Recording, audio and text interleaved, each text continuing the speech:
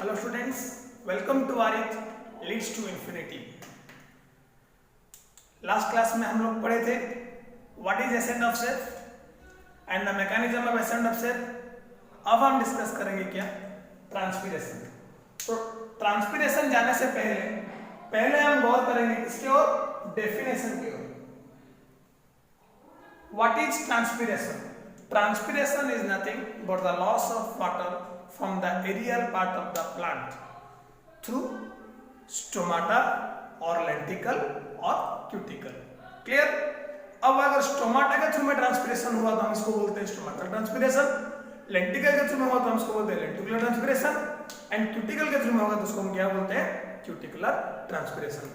तो in general में एक वार्ड में क्या बोल दिया, transpiration is the loss of water vapor from aerial part of a living plant is called transpiration। यहाँ पे जो वाटर का लॉस होता है ये किसके फॉर्म में होता है, वेपर फॉर्म में होता है, that is water vapour. Transpiration is a vital phenomenon, living cells are involve in the process. Transpiration में आपका डेड सेल का कोई भी काम नहीं है, यहाँ पे किसका काम है, that is living cells. Clear? अब उतना समझ में आ गया। अब हम डिस्कस करेंगे टाइप्स ऑफ ट्रांसपिरेशन। मैं पहले से ही बोल दिया हूं, तीन टाइप के ट्रांसपीरेशन है, stomatal, lenticular and cuticular. Clear? अब पहला वाला जो है स्टोमाटल ट्रांसपीरेशन, दैट मींस यहां पे क्या होता है, जो लॉस ऑफ वाटर है through stomata, these are responsible for about 50 to 90% of the total water transpired. जितने भी आपका प्लांट में वाटर का ट्रांसपीरेशन होता है उसमें से लगभग 50 से 97% तक का ट्रांसपीरेशन किसके थ्रू में होता है, थ्रू स्टोमाटा। समझ में आया? तो अगर हम एवरेज निकालेंगे इसका तो लगभग एवरेज आपका 90% आएगा।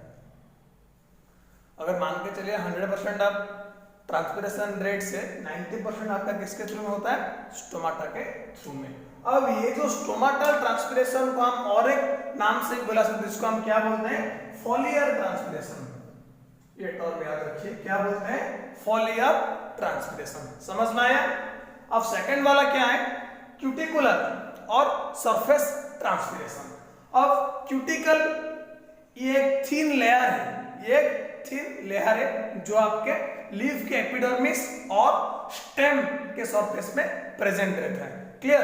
एक चीज यहाँ पे याद रखना, अगर क्यूटिकल ठीक होगा मतलब बहुत मोटा होगा तो रेट ऑफ ट्रांसपीरेशन आपका रिड्यूस हो जाएगा। Clear?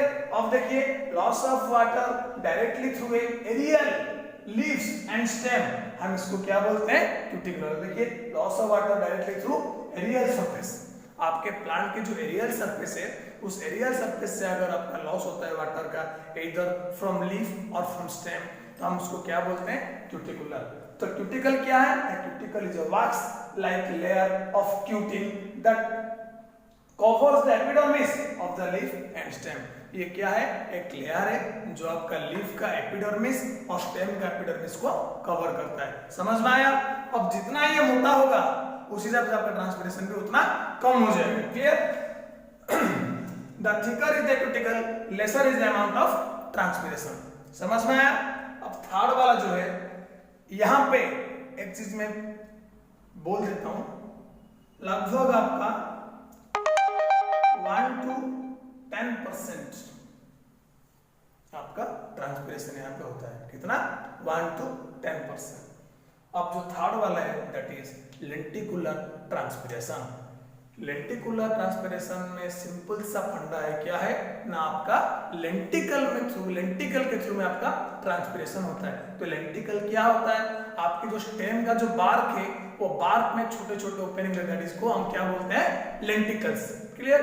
This lenticular transpiration is very much insignificant because 0.1% transpiration accounts through lenticels, that's why it is very insignificant. अब हम क्या डिस्कस करेंगे, leaf surface in relation to transpiration. आपका जो ट्रांसपीरेशन होता है, मैं पहले ही बोला हूं, लीफ में होता है, जो मेजर पार्ट आपका अप्लाई होता है क्या, स्टोमाटा।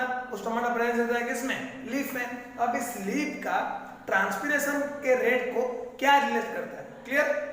पहला वाला पॉइंट जो है, transpiration involves loss of water from the plant by evaporation and diffusion. इसका मतलब क्या है, ट्रांसपिरेशन के थ्रू में जो आपका वाटर का लॉस होता है वो किस प्रोसेस में होता है, आपका पहले इवापोरेशन होता है एंड इवापोरेशन होने के बाद जो आपका डेफिसिट होता है वाटर लेवल का, उस वाटर लेवल को मेकअप करता है कौन से प्रोसेस में, आपका डिफ्यूजन।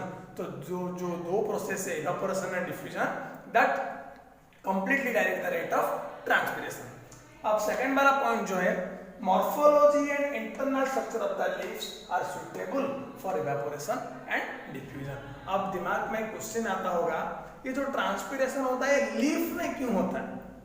क्योंकि लीफ का जो इंटरनल स्ट्रक्चर एंड मॉर्फोलॉजी है वो डायरेक्टली आपको सूट करता है किसके साथ, इवापोरेशन एंड डिफ्यूजन के साथ, इसीलिए आपका लीफ में ट्रांसपिरेशन होता है। समझ में आ गया?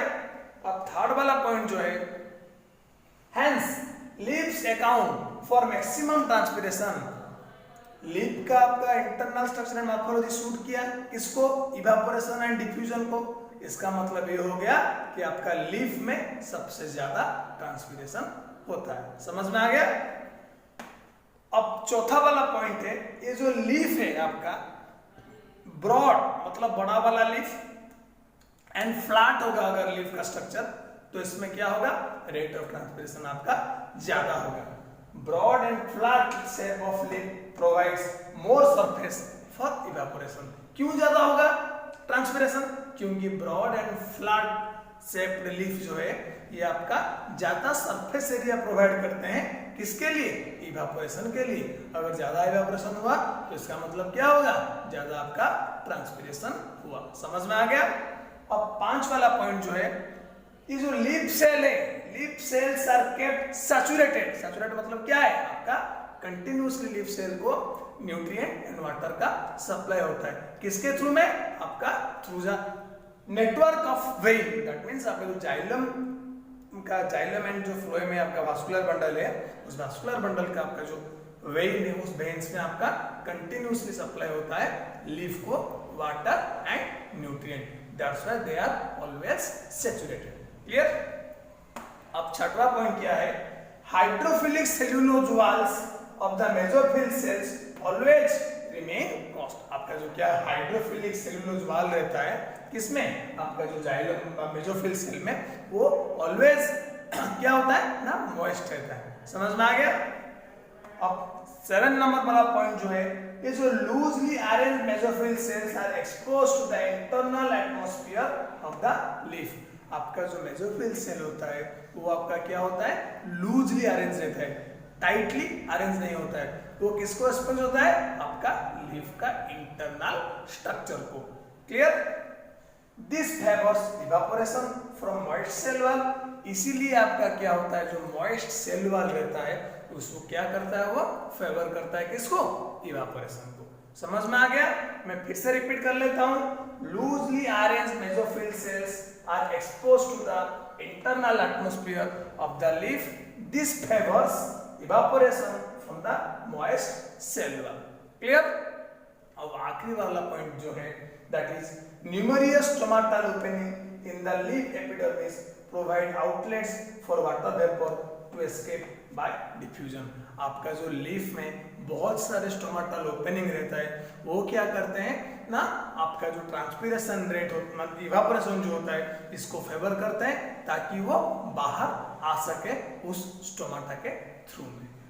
अब इतना समझ में आ गया, leaf structure in relation to transpiration. अब हम डिस्कस करेंगे क्या, द मेन पार्ट जो है स्टोमाटल ट्रांसपिरेशन में पहले से ही बोल दिया हूं, अराउंड 90% आपका होता है, तब किसके थ्रू में होता है, थ्रू स्टोमाटा। अब हम डिस्कस करेंगे what is stomata and the structure of stomata. Clear? अब क्या डिस्कस करेंगे, स्टोमाटा।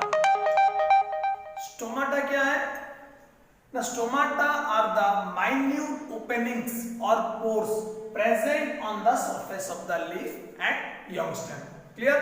अब मैं पहले ही लिख दिया हूं, stomata the special minute openings found on the epidermis of leaves and young stem. Epidermis जो क्या है, जो सरफेस वाला लेवल को हम क्या बोलते हैं, एपिडर्मिस। क्लियर? अब ये जो स्टोमाटल ट्रांसपीरेशन है जो लगभग 90% ट्रांसपाइड होता है किसके थ्रू में, स्टोमाटा के थ्रू में। ये जो स्टोमाटल ट्रांसपीरेशन ऑकर्स ओनली कब, जब when the stomata are open, जब आपका स्टोमाटा ओपन होगा तब ट्रांसपीरेशन स्टोमाटल के थ्रू में हो पाएगा, ठीक है। अब close stomata do not allow transpiration to take place, मतलब अगर स्टोमाटा बंद हो गया तब ट्रांसपीरेशन नहीं हो पाएगा। क्लियर। अब दिमाग में क्वेश्चन आता होगा कि ओपनिंग एंड क्लोजिंग कैसे होता है स्टोमाटा का, ये हम बाद में डिटेल डिस्कस करेंगे, ठीक है। अब देखिए स्ट्रक्चर की ओर गौर कीजिए। ईच स्टोमा, यहाँ पे मैं स्ट्रक्चर ड्रॉ करती हूँ, ये आपका स्टोमाटा का स्ट्रक्चर है, ठीक है। अब देखिए जो each stoma is surrounded by two specialised cell, जिसको हम क्या बोलते हैं, गार्ड सेल बोलते हैं। देखिए ये आपका हो गया जो ब्लैक वाला ड्राइंग है, ये आपका हो गया गार्ड सेल। ये जो बीच वाला ब्लैक है इसको हम क्या बोलते हैं, स्टोमाटा। अब स्टोमाटा के चारों तरफ दो गार्ड सेल है। अब ये दो गार्ड सेल की तरफ दो क्या है, सब्सिडियरी सेल है, जिसको हम क्या बोलते हैं, एक्सेसरी सेल बोलते हैं। अब ये जो स्टोमाटा है, ये स्टोमाटा का opening and closing directly depend करता है किसके ऊपर, गार्ड सेल के ऊपर। किसके ऊपर, गार्ड सेल के ऊपर। ये कैसे होता है मैं बाद में आपको समझाऊंगा, ठीक है। अब ये वाला जो पोर्शन ये हो गया आपका सब्सिडियरी सेल और हम इसको बोलते हैं एक्सेसरी सेल। ये जो बीन शेप्ड और किडनी शेप्ड इसको हम क्या बोलते हैं, गार्ड सेल। क्लियर। अब ये जो गार्ड सेल का जो आउटर लेयर है that is thin wall and जो इनर लेयर है दैट इज सर यहाँ पे गलत हो गया, आपका आउटर जो वाल है ये आपका हो गया क्या, thin wall and inner wall जो है आपका थिक वॉल, ठीक है। अब ये जो इनर वॉल है, ये इनर वॉल आपका क्या है ना, इलास्टिक इन नेचर, मतलब ये स्ट्रेचेबल है। समझ में आ गया। अब ये डिटेल हम एक एक पॉइंट डिस्कस करेंगे।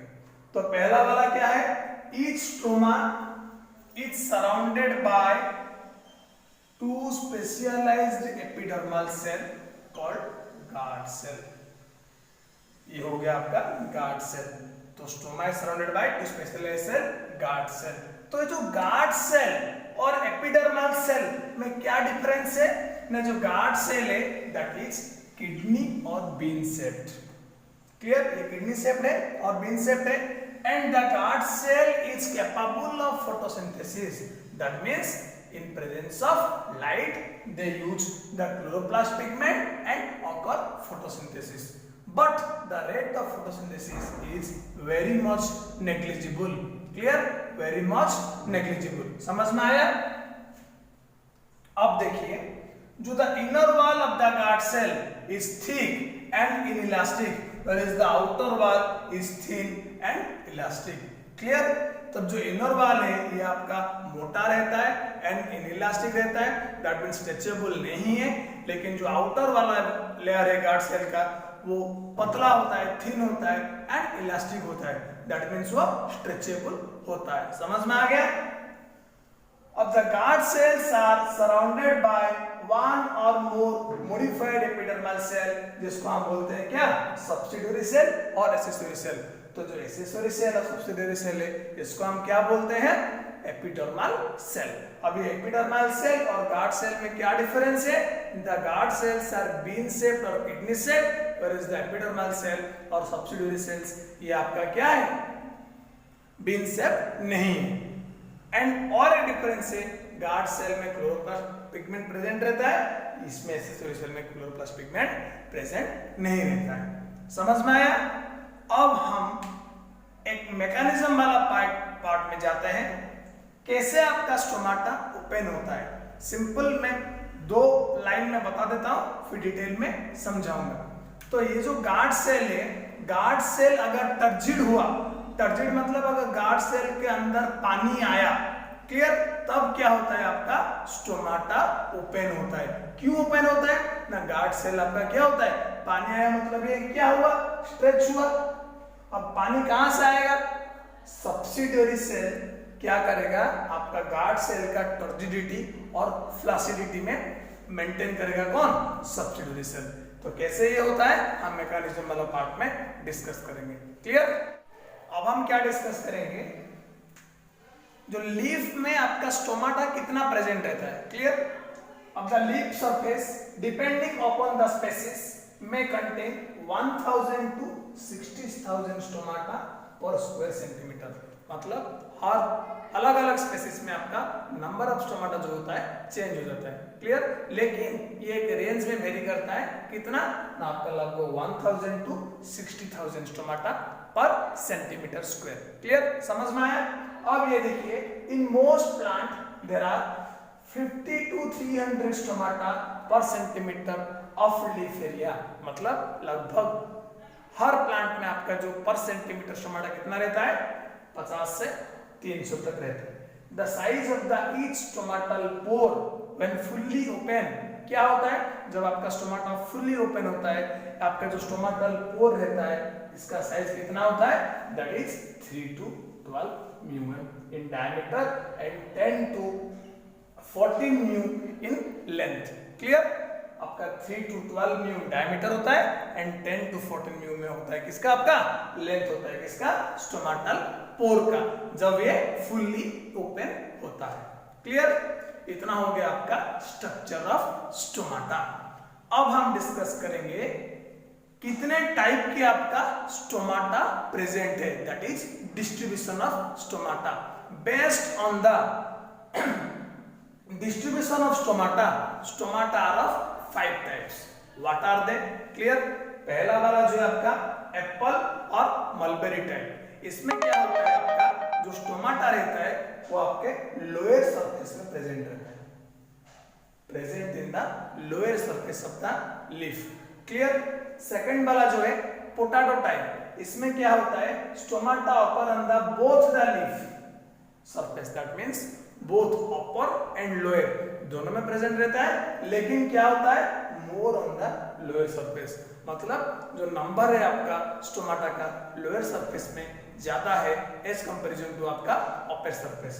इसको हम क्या बोलते हैं, पोटैटो टाइप। थर्ड वाला जो पॉइंट है that is oat type. Oat type में क्या होता है ना, stomata upper on both the leaf surface almost equally distributed, that means आपका अपर सरफेस में जितना है एंड लोअर सरफेस में जितना है वो क्या होता है, नंबर इक्वल रहता है। इसको हम क्या बोलते हैं, ओट टाइप।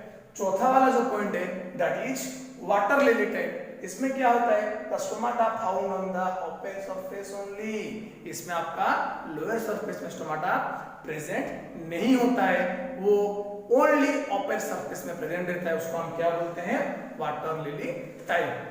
पांचवा जो है दैट इज आपका पोटामेगानोटा टाइप। इसमें क्या होता है ना, आपका जो सबमर्ज हाइड्रोफाइट रहता है जिसमें आपका स्टोमाटा इधर फुल्ली एब्सेंट, क्या इधर फुल्ली एब्सेंट और non functional. The stomata are absent, if present they are non functional. इसको हम क्या बोलते हैं, पोटामेगानोन टाइप। क्लियर? अब हम डिस्कस करेंगे जो मेन इंपोर्टेंट पार्ट है आपका ट्रांसपिरेशन का, that is mechanism of transpiration. Clear? अब हम क्या डिस्कस करेंगे, mechanism of stomatal opening and closing.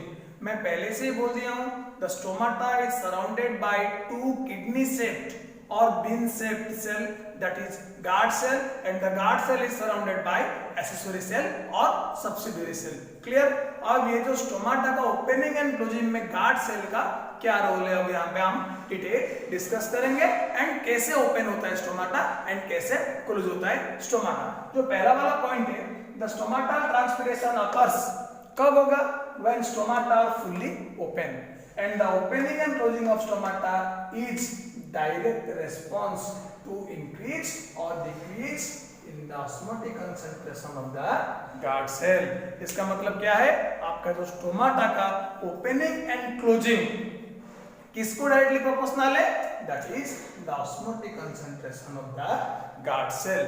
अब क्या है, ऑस्मोटिक कंसंट्रेशन अगर गार्ड सेल का इंक्रीज होगा, इसका मतलब क्या होगा, इसमें सॉल्यूट कंसंट्रेशन ज्यादा होगा, सॉल्वेंट का कंसंट्रेशन कम होगा।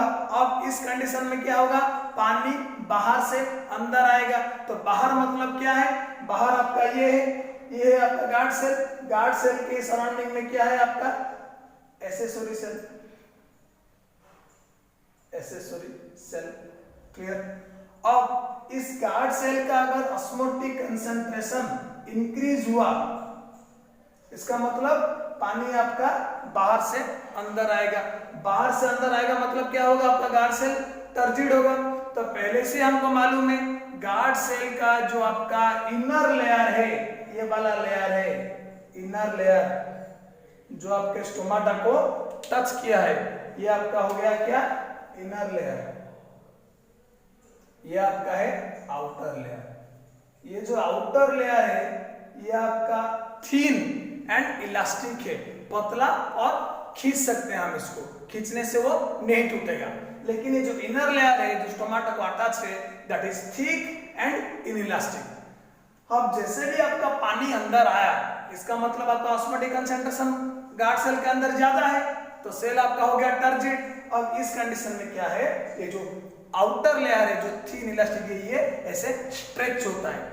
तो ये ऐसे इतना स्ट्रेच होता है कि वो ऑटोमेटिकली आपका इनर लेयर को पुल कर देता है और ये कनकेव शेप एराइज हो जाता है, जिसको हम बोलते हैं स्टोमाटा ओपन। जिसको हम क्या बोलते हैं, स्टोमाटा ओपन। ये मैं यहाँ पे लिख चुका हूँ, अब दोबारा एक बार रिपीट कर लेते हैं, ठीक है। When osmotic concentration of the guard cell increases, they absorb water from the surrounding cell, जिसको हम बोलते हैं एक्सेसरी सेल और subsidiary cell, and become turgid. Clear.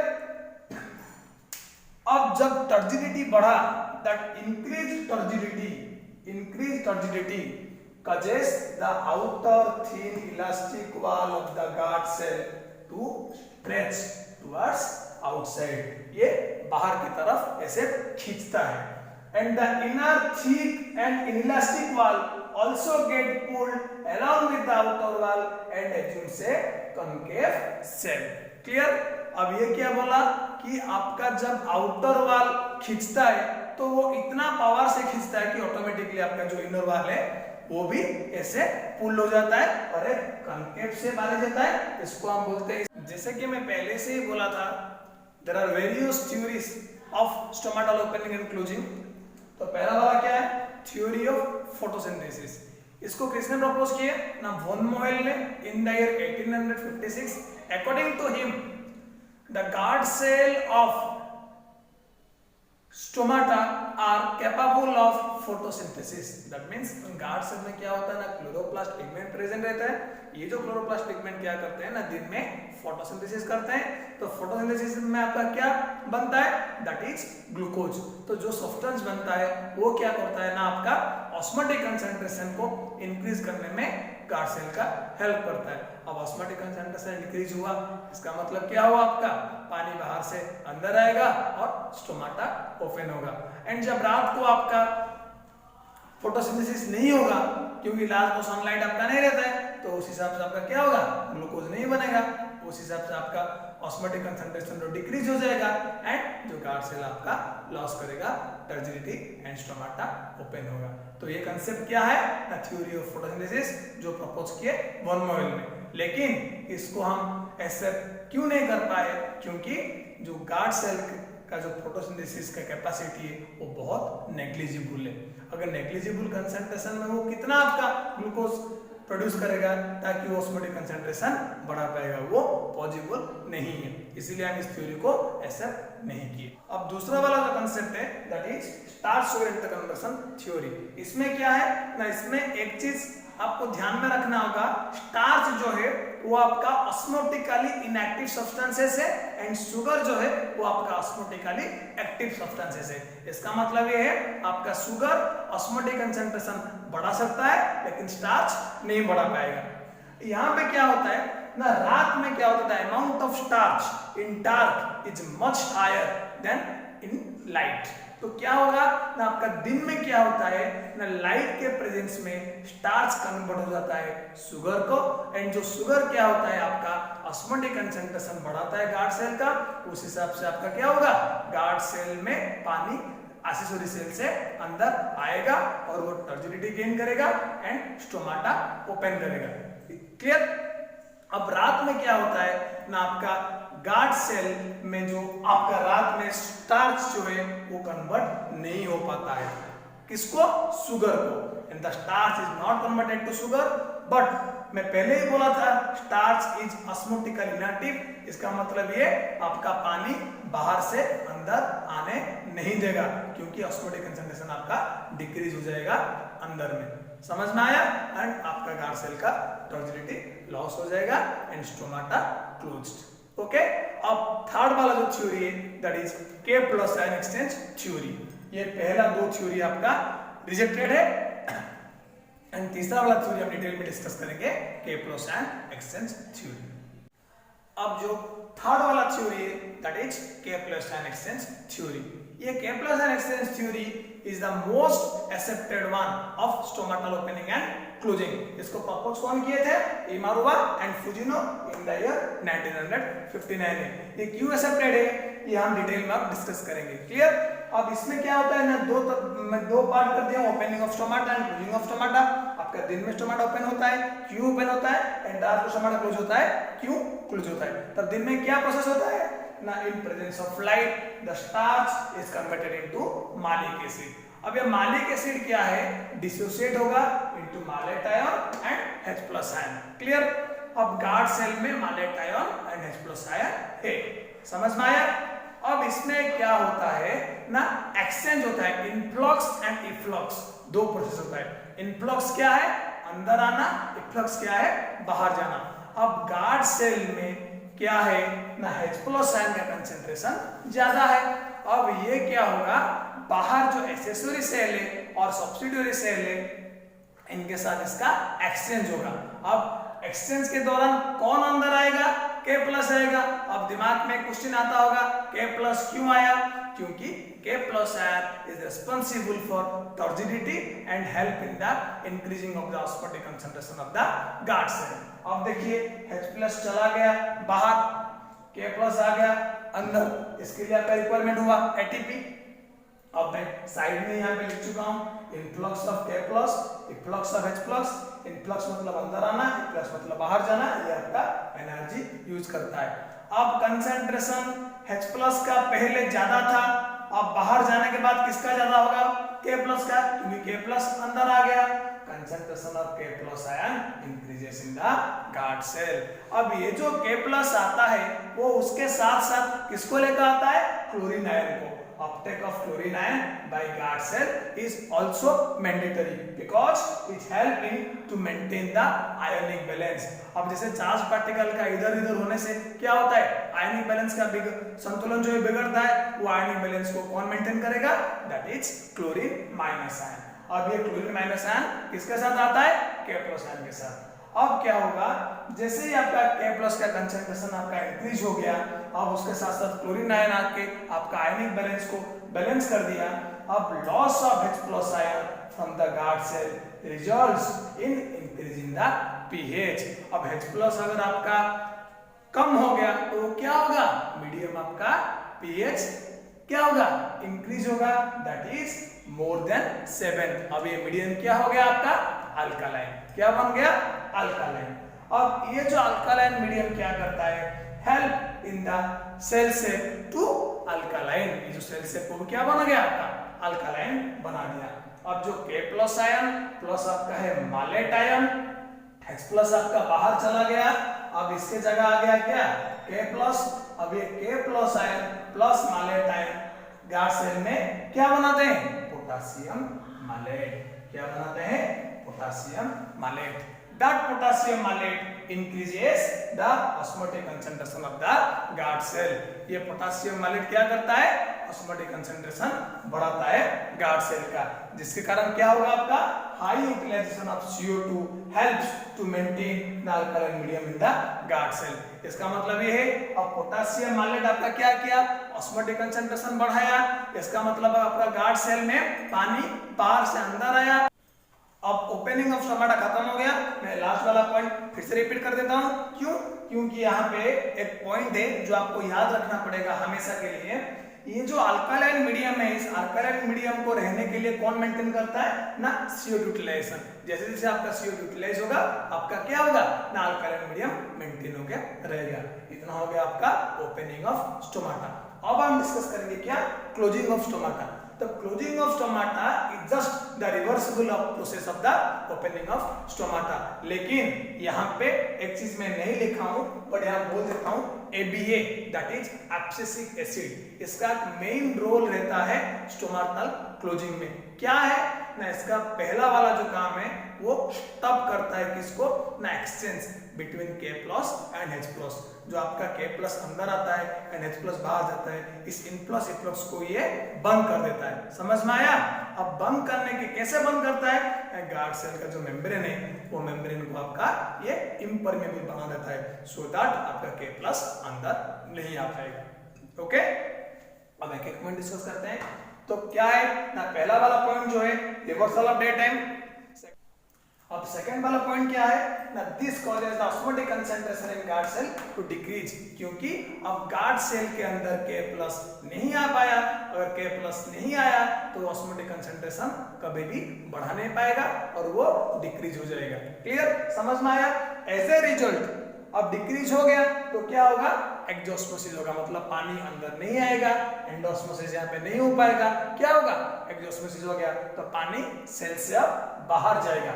Exosmosis occur in guard cell, this causes loss of turgidity and the kidney shape in guard cell। ये क्या किया, आपका guard cell का turgidity लॉस कर दिया। अब ये जो है the stomatal pore is closed, इतना समझ में आ गया? There is no photosynthesis, increase in CO2 concentration in guard cell, so uptake of H plus and loss of K plus. The cell shape in guard cell become acidic, that is less than 7। अब जो chlorine minus ion आया था ये also move out of the guard cell, क्योंकि chlorine किसके साथ आया था, K प्लस। अब K प्लस नहीं है तो ये क्लोरीन आपका बाहर चला जाएगा to maintain the ionic balance, क्योंकि K प्लस जहां पे है आपका Cl माइनस भी वहां पे रहेगा। तो decrease in the malic acid in guard cell in absence of light, ये हो गया आपका क्लोजिंग ऑफ स्टोमाटा। समझ में आ गया ओपनिंग एंड क्लोजिंग, ये वाला जो कंसेप्ट है that is most accepted concept of stomatal opening and closing. अब नेक्स्ट क्लास में हम डिस्कस करेंगे the factors of transpiration and guttation. Okay, अब इस वीडियो में हम क्या क्या डिस्कस किए मैं एक बार पहले रिपीट कर देता हूँ। पहले हम डिस्कस किए व्हाट इज ट्रांसपीरेशन, उसके बाद आपका टाइप्स ऑफ ट्रांसपीरेशन, फिर आपका आ गया स्टोमाटल मूवमेंट, देन आपका आ गया मैकेनिज्म ऑफ ट्रांसपीरेशन, मैकेनिज्म में आप थ्योरी ऑफ फोटोसिंथेसिस, स्टार्च और interconversion theory and K plus and exchange theory discuss किए। इस तीनों थ्योरी में हम K plus and exchange theory को एक्सेप्टेड वाइडली क्यों किए, क्योंकि ये आपका एक्सपेरिमेंटली प्रूव हो चुका है। क्लियर, समझ में आ गया? Thank you for watching this video. Please subscribe our YouTube channel Athletes and don't forget to click the bell icon for more notification and new video. Thank you.